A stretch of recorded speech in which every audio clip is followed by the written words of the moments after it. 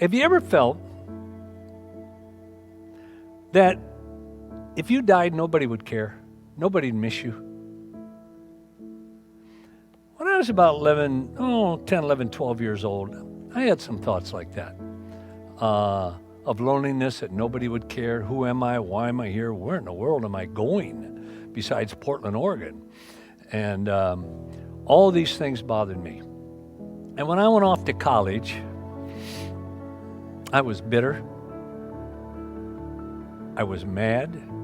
I was ticked off.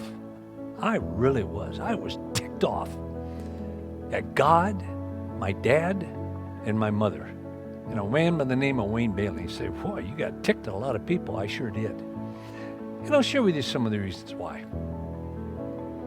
One reason I was very angry and bitter when I went off is that from 6 to 13 years of age for 7 years,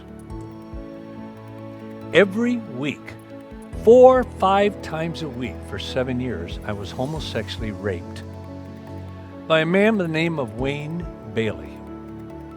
When I was 6 years old, he was hired to be a cook and a housekeeper so my mother could work the fields, etc. And whenever my mother went out to the fields or went downtown shopping or my parents went away for a couple of days, my mother would always make me stand in front of this man. And in her very harsh farm voice, she'd say, now, Josh, you obey Wayne. Young man, you do everything he tells you to do. And if I get home and find out you've been disobedient, you're going to get a whipping. Woo! He didn't want a whipping from my mother. It was unbearable. And so what do you do at 6, 7, 8, 9, 10, 11 years old? You do what this man, Wayne Bailey, tells you. I used to go hide out. I used to hide in a barn when nobody could find me. I'd run away for a day, something like that, just to keep away from this man. And so when I went to the university, I was hurt. I was wounded. And it just about destroyed my life. My parents never went beyond the 2nd grade. And they definitely were not educated. And so I could understand some of it. But one day I got up the courage to tell my mother what Wayne Bailey was doing to me. Oh, I was scared. Oh, God. You take the 5 scariest days of your life, put them together, and that's probably how much I was scared to tell my mother what this man was doing to me. I remember walking out to the kitchen. She was looking out the window doing the dishes, and I stood behind her. And finally, little by little, and then I got a little bolder, and I told her what was happening to me. My mother turned around, and oh, was she mad at me. She said, young man, I didn't raise you to be a liar. And you know where liars go. She made me go out in the backyard where there was this huge, beautiful weeping willow tree. But you never want to get whipped with a weeping willow branch. She made me break one off, clear off the leaves, go in the house, take off my shirt. And for about 30 minutes, she whipped me until it hurt so badly, I just kept crying and screaming, I'm lying, I'm lying, I'm lying.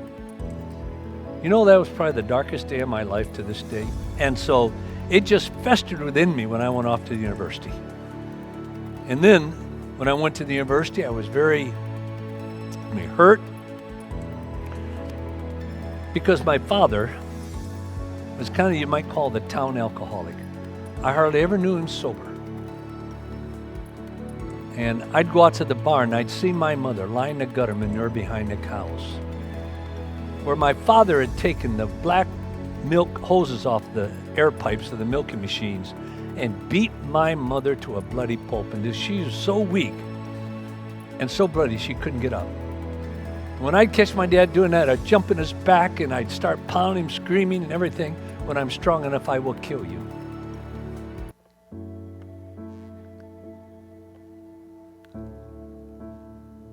I would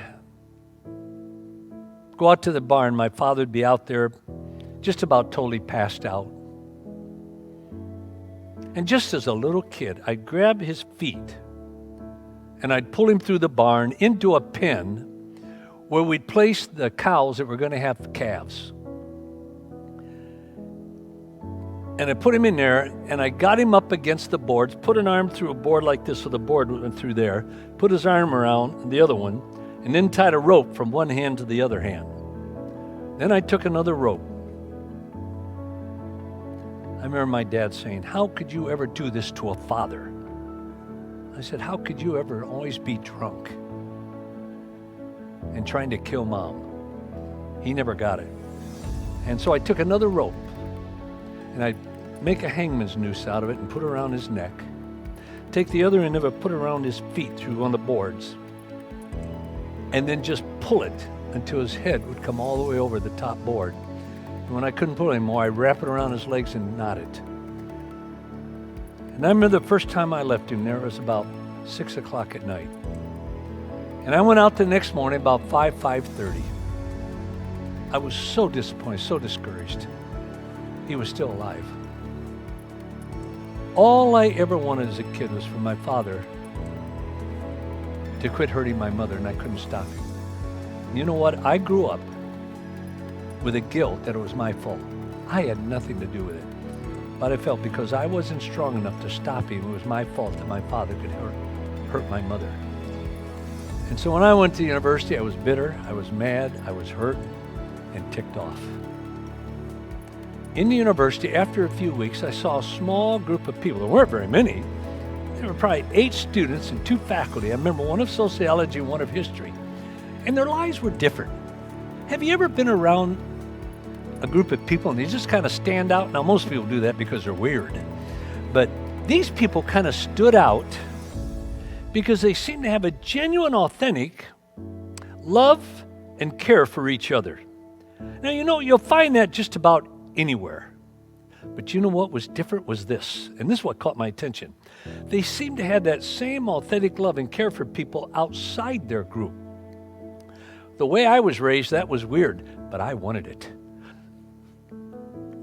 So I made friends with him. And one day we're sitting around the table in the student union, 6 of the students there, one of the professors and one of the professors' wives who also taught at the college. And after a while, the conversation started to get to God. So I looked over at this young lady and I just leaned back in my chair, and probably with a very arrogant attitude.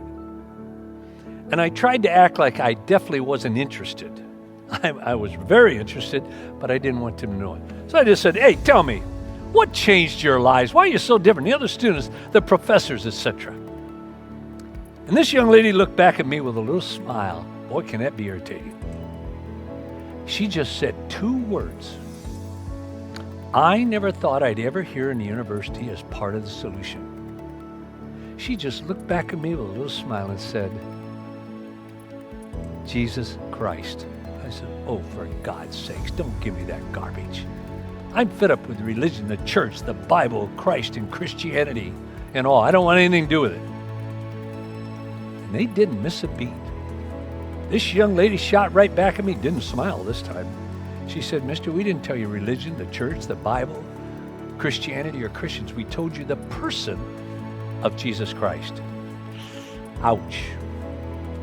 That hurt. I apologized to him. Because my mother, one thing she ingrained in me is not to be rude. And I think I'd probably been a little rude to him. So I apologized to him. But at the end of my apology, I attached a disclaimer.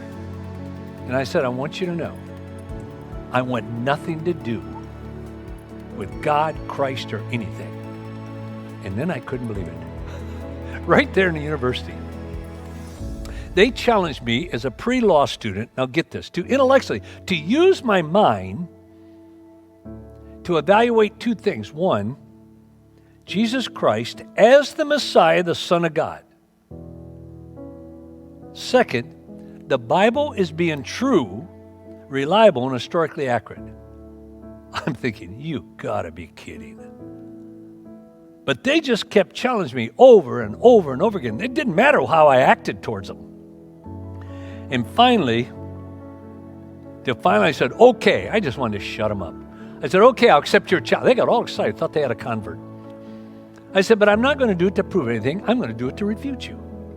And the whole background of this book here, oh man, this is big.